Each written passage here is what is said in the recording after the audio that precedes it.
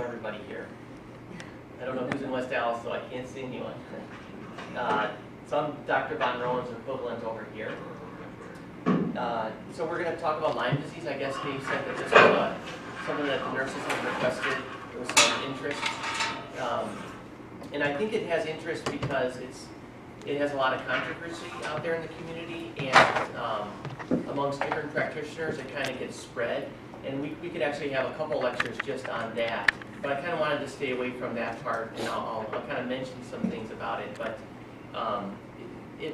there's this thought out there in medicine that there's this hidden infection theory for a lot of the chronic diseases that are out there, like chronic fatigue syndrome and fibromyalgia and a lot of the rheumatologic disorders that we just don't know it yet, but there's this infection out there that's causing these things. And you know, it may or may not be true, but there has been no good science on it as of yet to prove anything like that.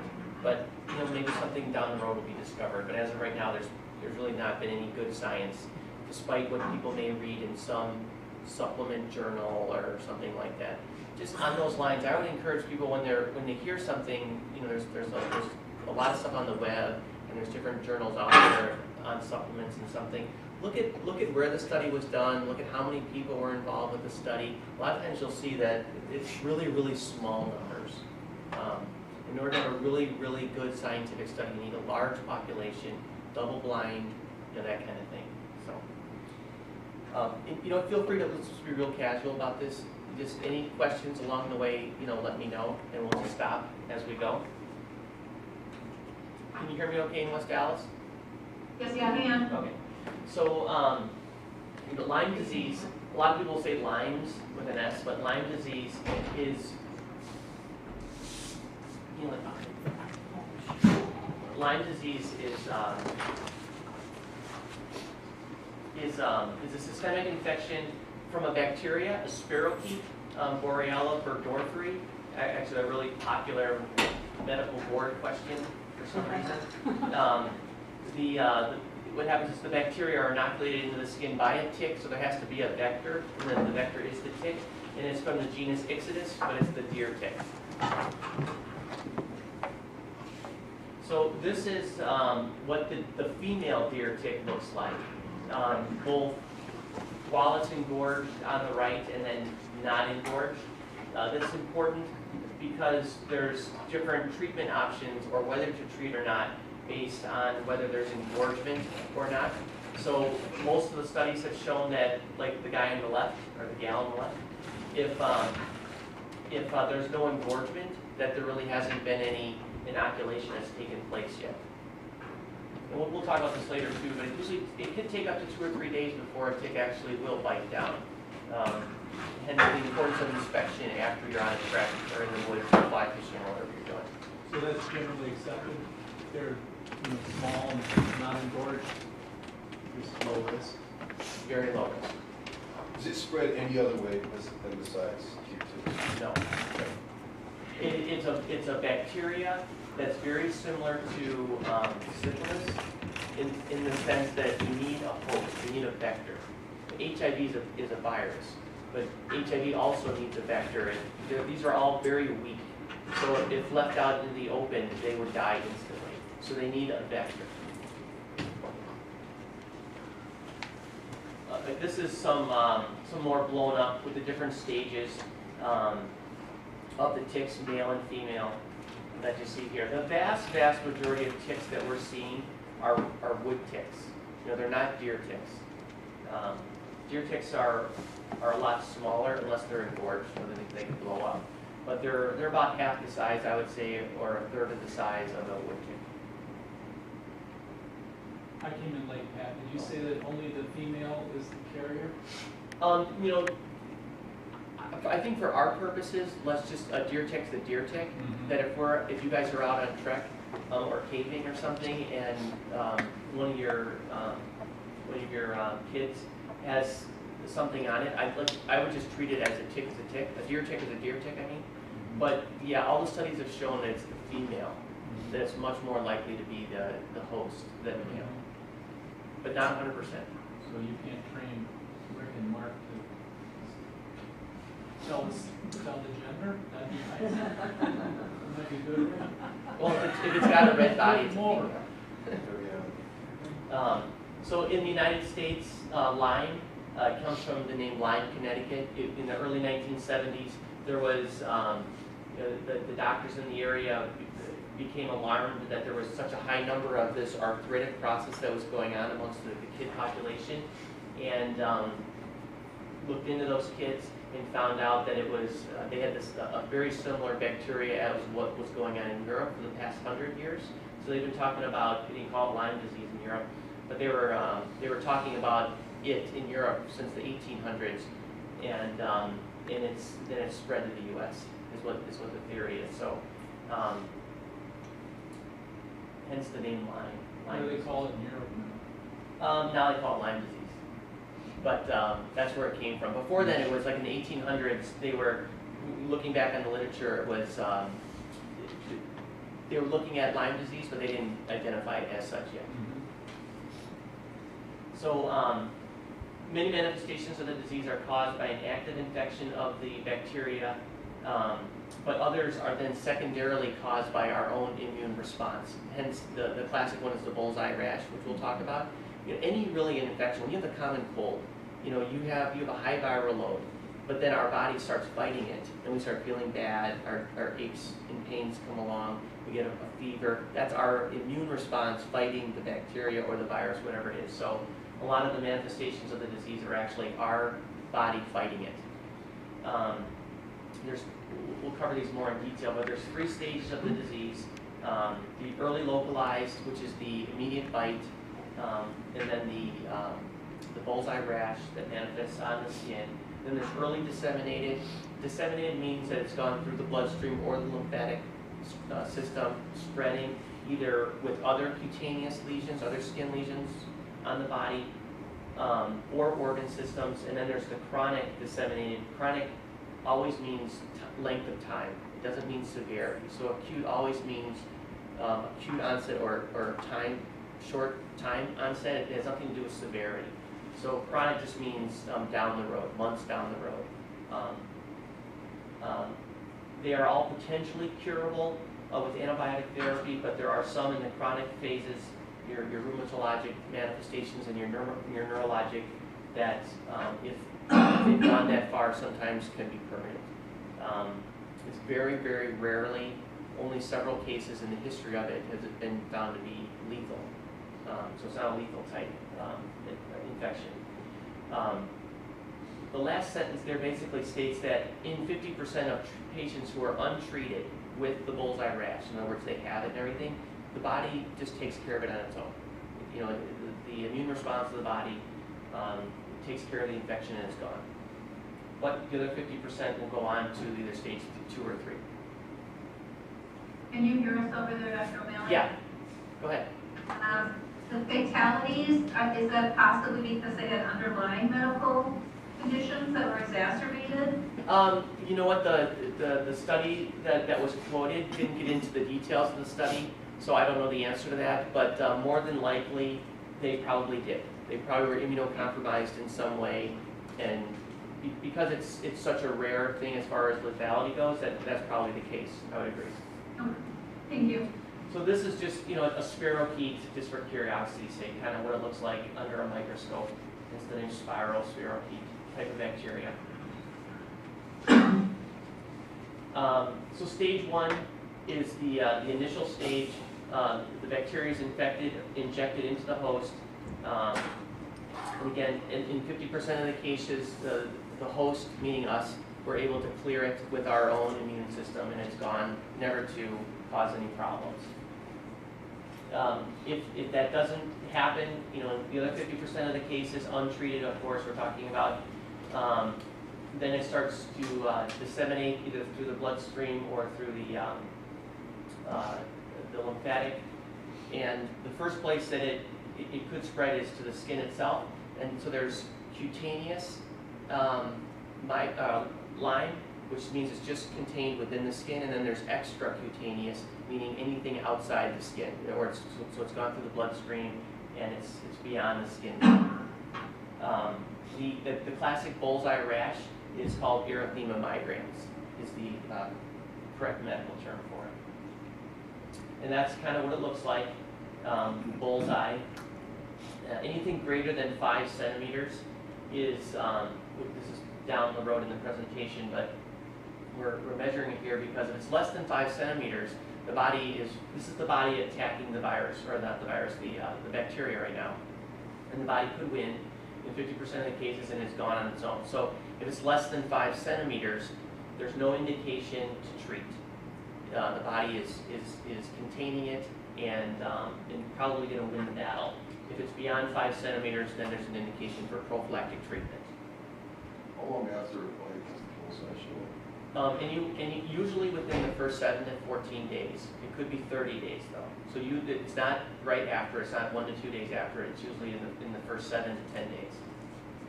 What percentage would show no bullseye? You know what? Who knows? Because we have no idea how many people are bitten by a deer tick that never go on to this. They never find the tick. They never feel a bite. They never know if they ever had it. And the body took care of it, and so who knows? In real life setting, but in the laboratory setting, it's 50%.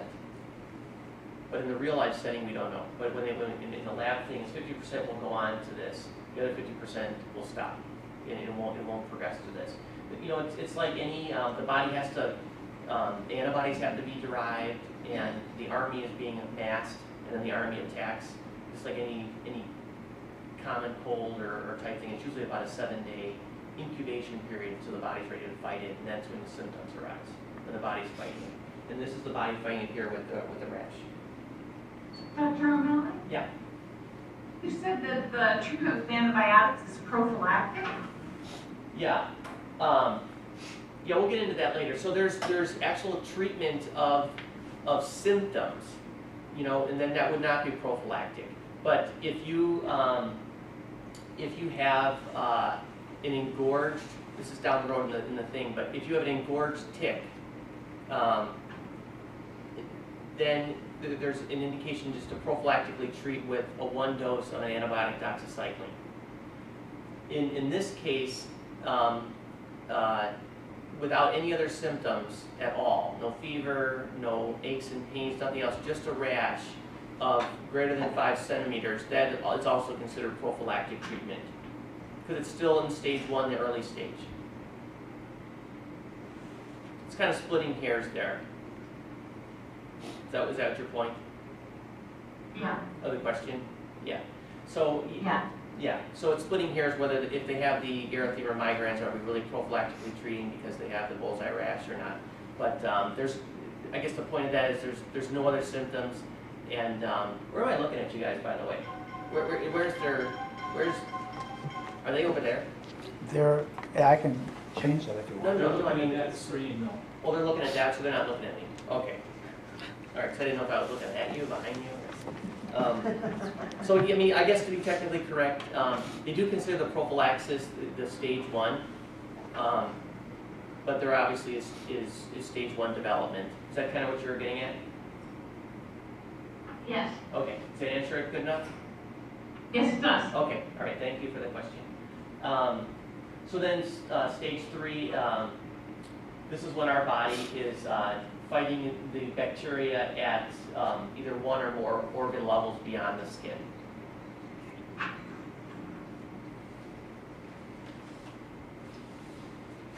I've kind of gone over these things a little bit here. It's kind of redundant, but I wanted to have it for the handouts if you guys wanted to go back and read this later to get a little bit more detail. But basically, the bacteria is introduced into the skin by the deer tick. Again, it has to be by the deer tick. You can't get it any other way. And in 50% of the cases or more, the body does a really good job and eliminates it at that level. That's why our skin is our most important infection body organ. It always will be your skin. Keeping your skin intact, and it does a really good job of these things.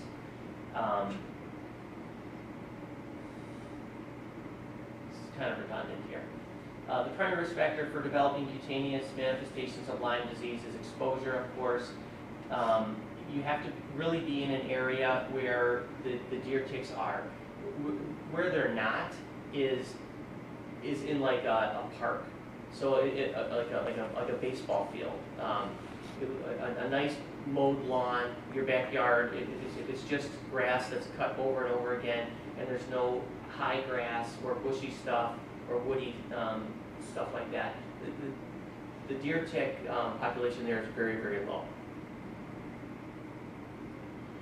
The other part of this is that there has to be a host-to-host transmit.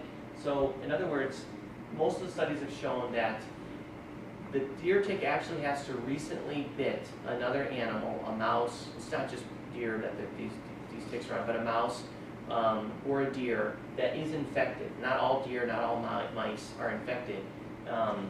Then that has to then, within a short period of time, then bite a human in order for it to happen. So not all deer ticks contain an active infection of Lyme disease that could cause a problem. Give us an estimate, what would you refer to as a short amount of time? 24 hours? Less than that? They're estimating within 72 hours. Of 72 hours and then another 72 after you're bitten. Is there any estimation on the actual percentage of ticks that would have it? No? We don't know. All we know though is that the incidence is increasing. You know, so in 1970, we really didn't identify it as such a disease in this country, and now everybody hears about it, everybody knows about it. It's definitely on the rise. I have a slide about that a little bit later. Actually, it might be in a couple of slides, but it's definitely on the rise.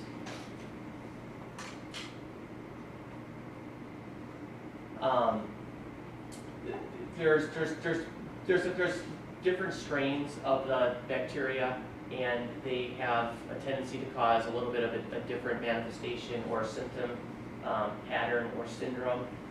But in a generic sense, we just kind of all refer to them as the Burgdorferi type.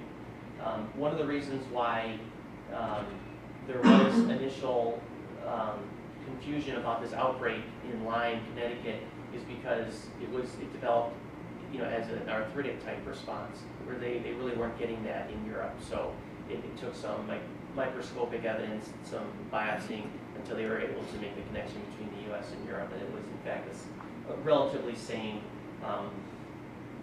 bacteria. So the CDC does track this. It's reportable.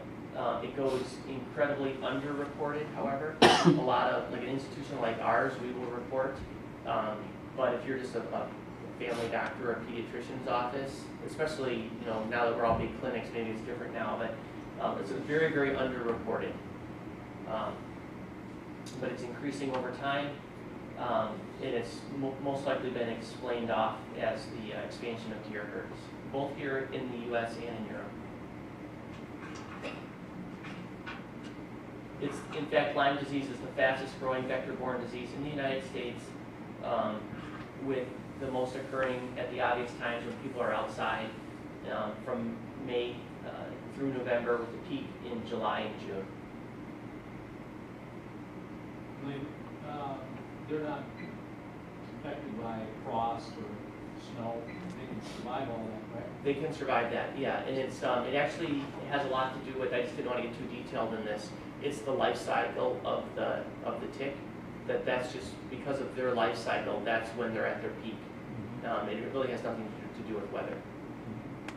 The ticks do live in the winter. So if you're in a heavily deer-oriented area, It's just that they're in their life cycle where they're not as infectious as they would be in the seasons. what is the life cycle? How many days? By February, you can pretty much think most of them are done for the season. January? So you're at your most infectious state when you're a nymph, a female nymph, and that just happens to coincide with June and July in the year.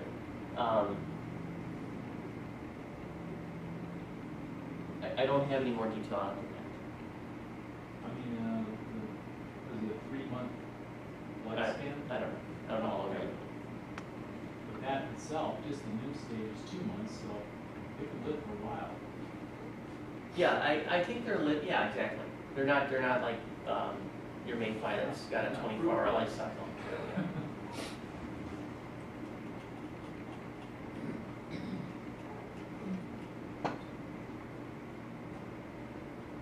So, 20,000 per year, approximately. Lyme disease has been reported in almost every state, but 95% of them come in 12 states, and Wisconsin being one of those 12. And then this map shows basically where most of the Lyme disease population is taking place.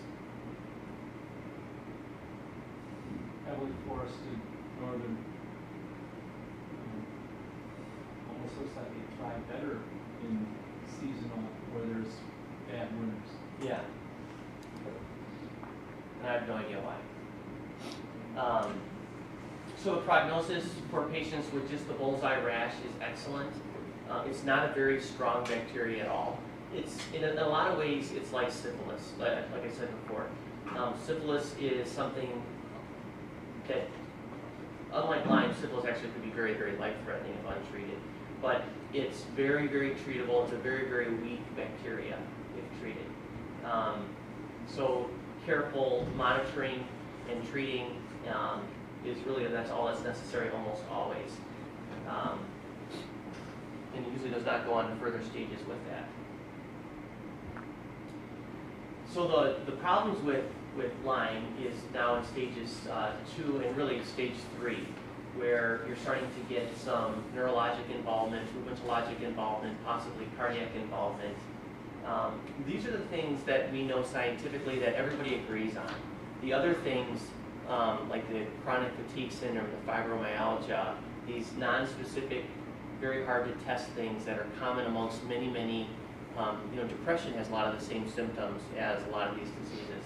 That's where a lot of the controversy comes in, and people, looking for an easy answer to a problem that's chronic in nature. That's where a lot of the controversy comes in. But these are real things. This is a real morbidity from Lyme disease that everybody in the medical community agrees upon.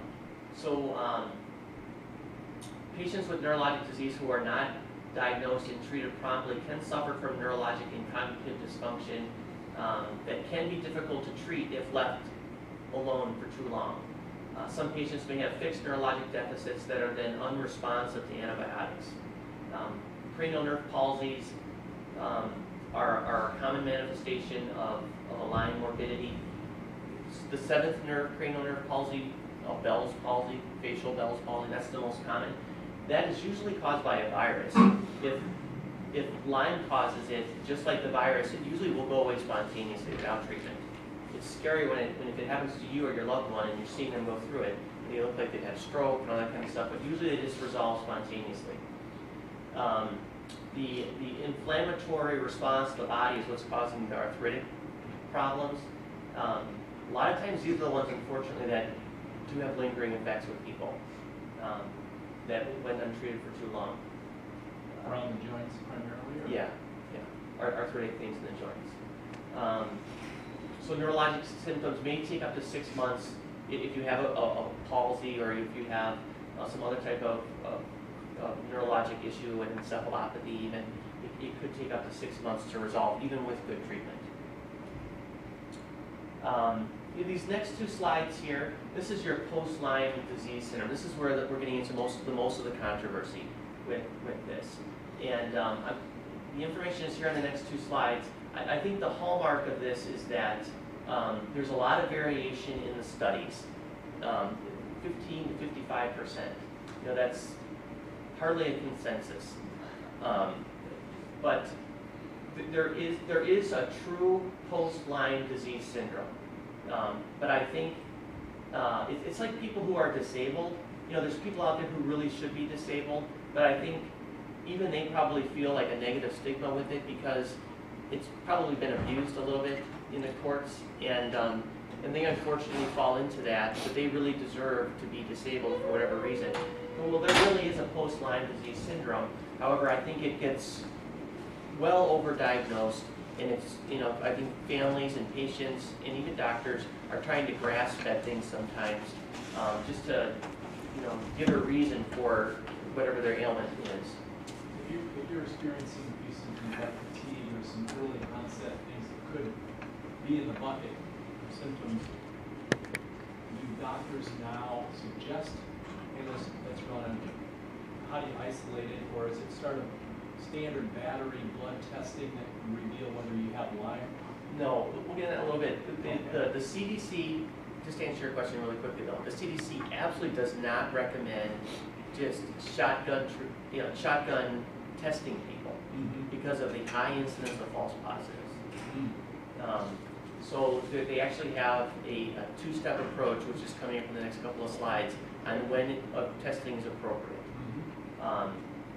As you can see here, the symptoms of this syndrome is one that we see every single day on our floors here. Every single day. That's why I was thinking. That's where the difficulty comes in this. A lot of these syndromes overlap and overlap and overlap. So there is a specific criteria for this, and it's the presence of fatigue, musculoskeletal pain, and/or cognitive difficulties within 6 months of the diagnosis of Lyme disease. That's really important, that there has to be, you can actually make a connection with PANDAS. It's another one of these things that are out there that are very vague and confusing, and because the symptoms overlap, but the time is critical. There has to be a specific diagnosis of Lyme disease, and then within 6 months, all these symptoms have come on because of it, which is very hard to do for most people when you're looking back years and years and years. It's in the moment is the easiest time to do it. So within 6 months of the diagnosis of Lyme disease and the persistence of symptoms for at least 6 months after completing antibiotic therapy. So 6 months, within 6 months of the diagnosis and a full course of therapy, not the untreated cases. The untreated cases would be, again, this is post-Lyme disease syndromes. The untreated cases would be that chronic phase, that third phase, untreated. So in anything, patient or family education is really critical. And I know you guys were talking a little about this before, and I didn't want to interrupt you. But the one that is, to me, difficult is the avoidance, because, why wouldn't you want to go out and enjoy this world that was created, that's so beautiful. And but unfortunately, the bushy areas, the tree areas, the grassy areas, that's where these things are. So education comes really important here, but avoidance, I guess if you stay on the parking lot your whole life, you probably won't get a deer tick on you. But there's some things that we can do, and if you go on a trek or something, the lighter your clothing is, the more visible the ticks are. A lot of times the ticks, as I was saying, they don't actually start to bite down and engorge for 24, 48, 72 hours. So there is time where you can inspect right after a trek or something like that, and just get them off you before there's a bite, and then there's no harm, no foul. So light clothing helps with that. They tend to be in the hairline, groin area, armpits, things like that. Animals are horrible at picking up these things. You go to lap them with your dog, and 3 or 4 ticks, hopefully they're wood ticks, but they're on your dog, so they're kicking them up in the grass or wherever they go. So, get them off your dog so they don't get on your family. Repellents is what you guys were talking about. So DEET has been shown to be effective. High concentrations of DEET, however. And we try not to do that with kids, but it has been shown to be effective. 20% or higher? Part, go ahead. 20% DEET or higher? Correct, which is over the recommendation for kids. Right. So what is our policy on that? What do you guys do? We usually use like 4 to 6% DEET, which is primarily mosquitoes. Yeah. So, you know what, it probably works a little bit, the lower percentage, but the higher percentage is much more effective, the higher concentration. Any questions out there in West Dallas? Can you use repellents on pets? There are, I'm not a vet, I don't have dogs. I don't have dogs either, but I know that there are things you can get from your veterinarian to help repel ticks. Frontline, Yeah, what is it, Frontline and Frontline is the there's a number couple one. other ones. Yeah, there's some alternates, but Frontline is the number one. Yeah, but that sort of kills the tick after it bites. And so what I want is something that will keep the Yeah. tick from ever jumping on the dog to begin with. I've asked It's just a them, deterrent. they don't have it. Are the collars not effective? Well, the Frontline, if they get on, they sense it, they do try to jump off. So they're, in some ways, they do repel. Okay. Yeah, Well, good. they also All right. kill if somebody Maybe in your house. decides to hang on and get embedded. Yeah, I mean, you should do whatever you can to repel them through your vet. I'm not exactly sure what they do anymore. So there are tick removal kits. Sorry There's about Dave, that's Dave. That looks like something you That's could Dave do. Shaver. Yeah, I mean, I guess most families aren't gonna have one of these in their house. But I guess the importance of this slide is just that you wanna try to get as close to the skin as you can because you wanna try to get the head out. And deer tick kits are very effective. What do we use here? What do we have? To take the ticks out, we had these, Oh, you do? Okay. Yeah. All right. in the first aid kits we used those. Okay. So here's the prophylactic thing. Dr. O'Malley? Yeah.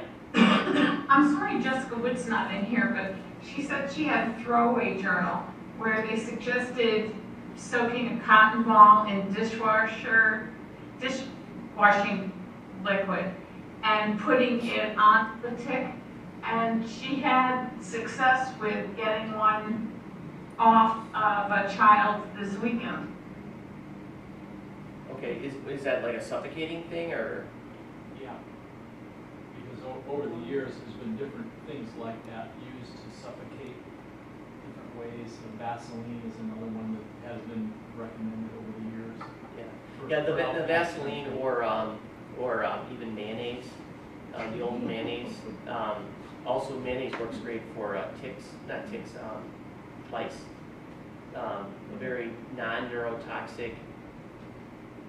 We did this in Detroit all the time because none of the lice treatments were approved or would be paid for by T19 Medicaid. So, but it's very effective. You coat the head in with mayonnaise, put a shower cap on, let them sleep overnight, and it just suffocates everybody out. I was like, The unknown uses of miracle. Somebody's selling. So yeah, suffocating and insect will work too. Yeah. But usually, even if they're in there and they're engorged, if you're really careful and you get really close to the skin, you could get it all intact. If you've been able to get, I mean, almost always you can get them out. But I can see if you have a frightened kid, who doesn't want you to, or won't hold still, or won't let you do that, that suffocating would be the next thing. You just pull out your fingers. Yeah. What about the old putting them back? What? Anything else with that? What about the old thing of putting a match near them? Yeah, no.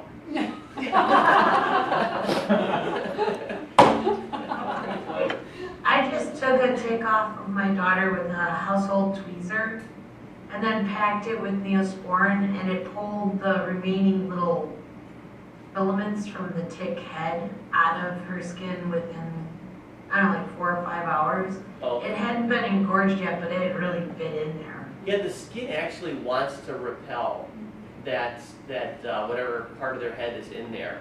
And so it's working, it's trying to help you with that. So what the tick's other legs are doing is kind of holding it in, and if you remove that other part, a lot of times the skin will just expel it for you. So yeah. I remember in the old days when I was a kid, going up north, Wisconsin was Disneyland for me because I'm from the south side of Chicago. And this old timer with a cigarette was getting him off his dog. And yeah, so times have changed. No, my sister-in-law took one off her lab with a match You in don't New have York, to- Westchester, New York. Yeah, you know, I guess the point is you don't have to do that way, and you run the risk of hurting the animal by doing it. Okay, so for patients with unattached ticks or with ticks that are not engorged, no prophylactic therapy is recommended. So if there's no bite that you know of and there's no engorgement, even if you think the tick is biting or about to bite, but there's no engorgement, all the studies have shown that their risk is almost zero. So no treatment is needed. Monitoring is, however, needed. You know, I mean, we want to monitor these kids and adults, you know, to see if they develop a rash or not. But there's no prophylactic treatment is needed yet. So the prophylactic treatment can either be a 1-day course of doxycycline or a 10-day course of doxycycline or amoxicillin. Doxycycline is contraindicated in any pregnant woman, and it's contraindicated in children 8 or less. So in those cases, it would be amoxicillin. If there's allergies to things, there's other choices out there, but those are the drugs of choice. So the single dose prophylactic treatment is a tick attached, or the tick is attached and recognized as an adult or a nymph. It is estimated to have been attached for more than 36 hours. I don't know how that can be done effectively, but that's what the guidelines show. And then prophylactic treatment can be started within 72 hours since the tick's been removed. So if we have a kid who's on a caving trip or a camping trip, and everyone thinks that they've been bitten, you don't have to rush to an emergency room or anything like that. When they come back, we can treat them here or what have you. The vaccination. I did some more research after talking to you, Bob. The vaccination is FDA approved and would be available, but the only manufacturer of it has discontinued its production because it was a money loser. There was just no demand for it. So the ideal situation for the Lyme vaccine was somebody living in the desert in Nevada, which had a very, very low incidence of Lyme, decided to go on vacation in northern Wisconsin for a week and wanted to get the Lyme vaccine because they were protected for a very short period of time, and then they'd go back to their environment that didn't have the high incidence of Lyme. Well, most of the people, that's not the case. Most of the people actually live in that environment. So there really was no purpose because you could vaccinate it, but it didn't have a lasting effect. So people rightfully said, what's the point? And there just was no demand for it. So here's the erythema migrans. This is kind of a review now. The bullseye rash.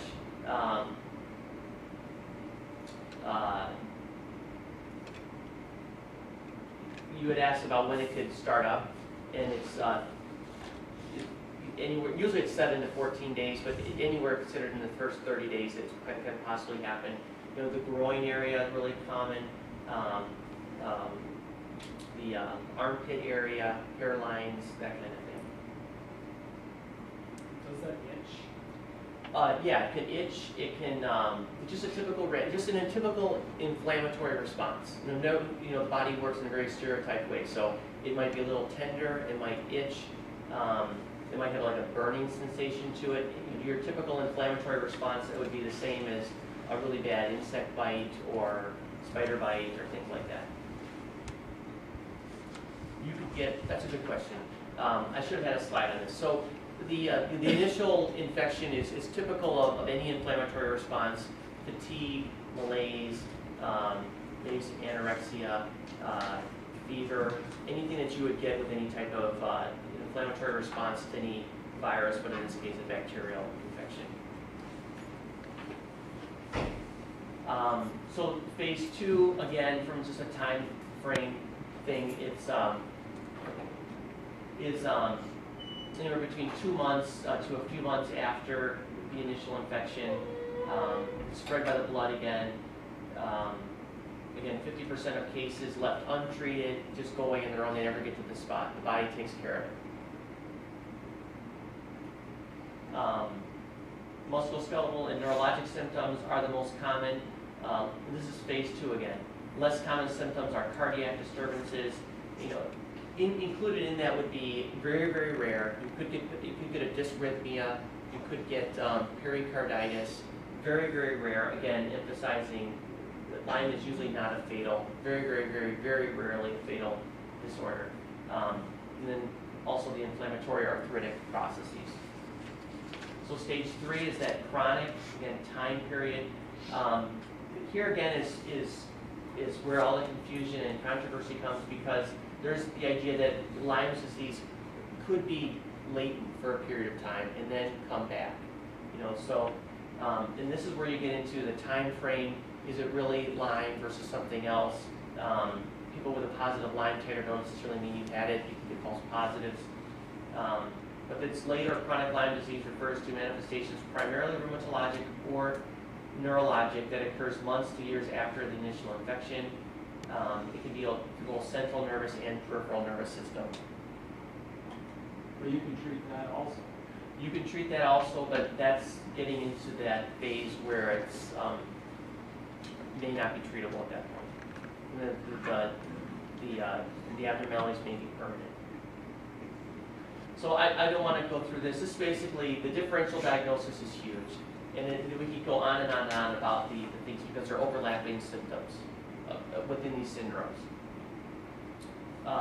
So the empiric treatment approach is erythema migrans, which again is the bullseye rash, is the only manifestation of Lyme disease in the United States for which clinical diagnosis should be made in the absence of laboratory confirmation. In other words, it's one of the only diseases that you can make the diagnosis without any laboratory work and treat just based on the bullseye rash. You can go ahead and treat. You don't need any more confirmatory studies, and that's considered standard of care. Will the bullseye rash return? Will it like fade out and come back if it's not treated, or will it just stay there? 50% of the cases of a bullseye rash will go away, or never even get to that point.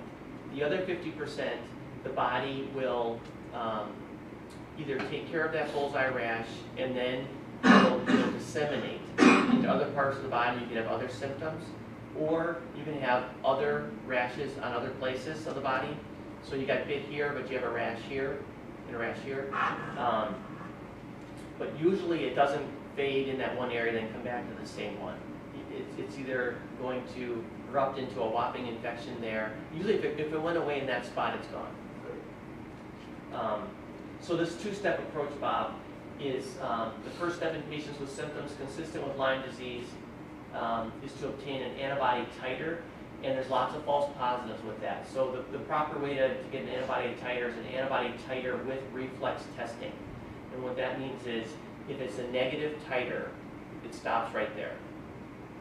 But if it's a positive, then it will automatically do the second test, a Western blot, which is a lot more expensive, but confirmatory. You'd have to be pretty sure you've got these symptoms, and this guy has been out in the wilderness a lot. And you start narrowing it down with your doctor, right? Well, ideally, yes, but in practical sense, that's not how it usually happens. Usually, like, let's just use our own hospital as an example. You have somebody who comes in with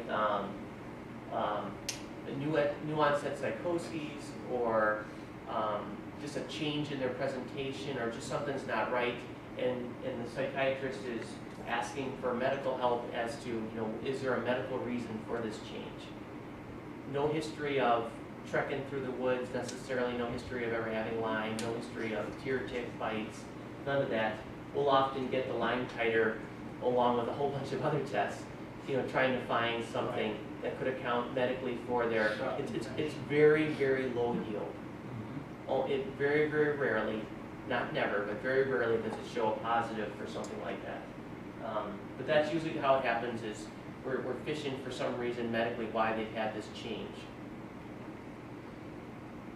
And that's not reliable, even when you do it, because of false positives. Right, the Western blot will help with that. So if they are searching like that, they should write it for Lyme with reflex testing. What is the reflex testing? It's just it's a send out. So I'm sure we use the Mayo Clinic, because that's what we use Okay. for all our send outs. Well, they will do a Western blot, which is a specific method of testing that will more specifically and diagnostically check for the presence of Lyme. Does it take a while to get that result? It takes, even the titer itself takes a day or two, so it's gonna take 7 to 10 days probably. There was a patient that was inpatient here, and somebody must have ordered that because she was then referred to West Dallas Partial. And while she was in Partial, that Western blood came back positive, and she was just pulled from the program and went. She was having severe neurological problems as well as psychosis and things like that. And then she was, I think, and I'm not sure where she went for treatment, but she left like immediately, and we just never saw her or heard from her again. Well, that's why I wanted to stress that there is real Lyme disease. And I, even in my private practice, I can recall at least 2 patients that we diagnosed with Lyme with significant neurologic symptoms. So it's real, but it's just been way overblown, and it's been way overdiagnosed. One of the worst cases I've ever seen was an OCD. We had a wee gal who had had chronic Lyme's for 7 years, and she was not only cognitively impaired, but she had been almost paralyzed. And when she came into us at OCD, her hands were still, her knuckles were still jammed. And I don't know if it tied into her OCD, but she made a pretty significant recovery in her OCD, but she had been completely. Where was that? Where were you working? OCD in Delafield, obsessive Oh, compulsive. At our campus in Delphine. Mhm. Yeah. Yeah. 7 years. That's normally what we would see too, is a lot of joint pain, right? Well, some people can have lingering neurologic, but yeah, it's either, if you're gonna have lingering anything with this, it's either gonna be some sort of neurologic process or the arthritic. So the treatment is, if it's not causing a lot of problems, but you have the disease, you just treat with 10 days doxycycline or amoxicillin, and then you're done. If there are problems, if there are symptoms but they don't warrant being in the hospital, then a 30-day oral antibiotic treatment is necessary. However, like in the case with your partial patient and ones that I had in my office, we did it IV in the hospital initially, at least. I think the safest way to do it, if you're running a partial program or what have you, if you have somebody with clear symptoms, they need to be treated in the emergency room with the neurologic consult first to give you the green light to come back here. Instead of just, we'll just treat you 30 days with amoxicillin and say some Hail Marys. The thing that was important though is that, she was tested for Lyme, so somebody was thinking about that, but at the same time, I think overall the belief was that this was kind of somatic, that it was attention-seeking behavior, that it was really, her symptoms were to some degree minimized and thought to be much more psychological. Well, and all neurologists and all doctors and ER doctors, true as well, but neurologists, they know how to test for people to see if they truly have a deficit versus, sometimes it's subconscious. I don't want to say they're faking it, but whether it's a subconscious thing or if it's real, and they just have ways of doing things that they can check to see those kind of things. So I would always err on the side of getting an opinion. Don't just try to say, oh, it's somatic. That's the last thing you want to do. Once you have your opinion from an expert that it's okay, then get them in the OCD program or whatever and start working on that. But you always want to have it neurologically checked out first, that this truly isn't something that's real. I missed the beginning bit, sorry. So for prevention for our patients, if they're at Lapham Peak or they're hiking around, Delafield with all the trees, do we just tell them to shower when they come in? You know what, that's a good question for Bob. I mean, I don't really know, inspection requires inspection, so I don't know how you guys would do that in your program. Well, But in I our think- program, we don't overemphasize that. Mark does a good job with Mary about doing what's reasonable. Tick checks are one of those things that, when you get back, Mark, what do you tell them? Just check for ticks if you feel something crawling on your skin, or do yourself when you're in the shower, if you got something like that. More often than not, when we kind of get back from a hike, if we're going through the brush or something like that, we just do a quick check, and if there's nothing, then carry on. Usually, a lot of times. We don't want them to get stuck with hours of checking and anxiety. Yeah. There's a lot of. There's two issues. You There's don't one, want that, there's the fact that they could be in an area where you don't want to be looking too much, but also there's the OCD issue, so. Right, actually what you've done in the last hour is kind of what we're trying to do, encapsulated is hey, the chances are low, we do what's reasonable, we understand that it exists, but we just try to do the reasonable thing. Dave, can you call third floor, or 1306, and just let them know, they can like 3 times, that if it's an emergency, can I hold off for a moment? Because if you start talking about showers and everything, they don't want to go the next time. They'd rather Right. just avoid. That's why I'm saying, I mean, it's It's lay on avoidance. the asphalt. I mean, what, the whole avoidance thing is like, how can you go through life without doing it? Right. And that's the last thing we want to do with these kids. But I think looking at their clothes, because it almost always, I go trout fishing a lot, and I'm in and out of streams, and I wear waders. I have never had a tick on me, ever. And, and it's because, but I wear waders up to Well, they here. don't swim well. No, So stay in the water. I have waders up to here, so I think if, but I know other people that, just stay on, like, they don't get in the water very much, and they're in their jeans, and they get lots of ticks. So I think you gotta kick them up. This is my anecdotal thing, sir. I think you're kicking them up. But I think my point is, if you're looking at the clothes, They'll fall out of trees too. yeah, I've had to pull them off my head and on the kids' heads. yeah, for sure. Back of the head, like you said, the back of the head, underwear lines, heat sources like your armpits. I mean, I've never had one in the middle of the back. I found them crawling on my neck, hairline. Yeah. But I think we just try to talk to them about doing the reasonable thing, and we don't spend a lot of time talking about Lyme disease. We talk about wood ticks. Hey, these things exist.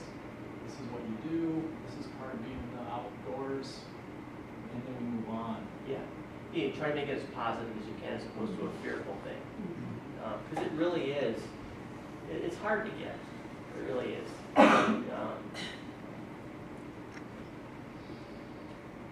That's it.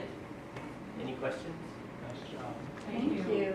Appreciate it. So, I think it's something that has evoked fear, but Oh, yeah. I think it's unnecessary. I think the bottom line is it's a wimpy bacteria. It's very wimpy, and if you can just with a little bit of monitoring, even if you miss the tick and it bites the child and they develop a rash, you treat it. It's a wimpy bacteria. It's gone. It's gone right there. Treatable. Are there any significant risks associated with ticks? No. Gross you out. Will they, if you shower, will the tick? No, it'll stay on. They'll stay on if it's attached, If but it's attached, if it's not attached, you can wash it. you can away. wash them out. Yeah. Yeah, Just like you're more like brushing them off. yeah. Well, they're so small that if you're just simply like scrubbing your hair after you've been out there, if they're embedded, you'll feel them. Otherwise, in many cases, they'll wash out and have the water hit your hair. So once they bite and eat, then they're done with them, so to speak? Then They want to not die. Yeah, just like they just bit a deer and now they're coming to you. Yeah, so they're gonna, they have no desire to die like a bee. But they'll drop off after they. Then they'll drop off. They drop off, that's what you're asking. Yeah. they drop off after they're done. If they're fully engorged, Yeah. eventually they'll drop off the host Yes. until they're Try to hungry. find another. And then they move on after they digest that, whatever. Yeah, yeah, that's right. I will say my Same daughter, with wood tick. my daughter was 2, we had gone camping and came home and there was this nice bullseye on the back of her calf. And took her to the doctor and he just put her on, she was 2, so it probably wasn't doxycycline, but it was very clear. And I was like, oh, that looks like something we have to take care of. So if you get to that point, it's helpful. I mean, you don't want to get to that point at all. But I never saw a tick and I was checking my girls How all the soon time. after you got back? It was within 4 to 7 days. Okay, because sometimes in the first 2 days, the spider bite can actually look a lot like the target. Hmm. And if you are sensitive to a spider bite, Oh, for sure, yeah. and so if it's 4 to 7, it might have been a tick. But Those in the are good. first 24 hours, a lot of Yeah. times. it's a spider. I would think if you have anything that looks like the bullseye rash, it's more than 5 centimeters, Yes, you got it. it was significant, so she's fine. And was that a one dose, did you say, on your daughter? I'm sure it was erythromy or Thank you all. amoxicillin.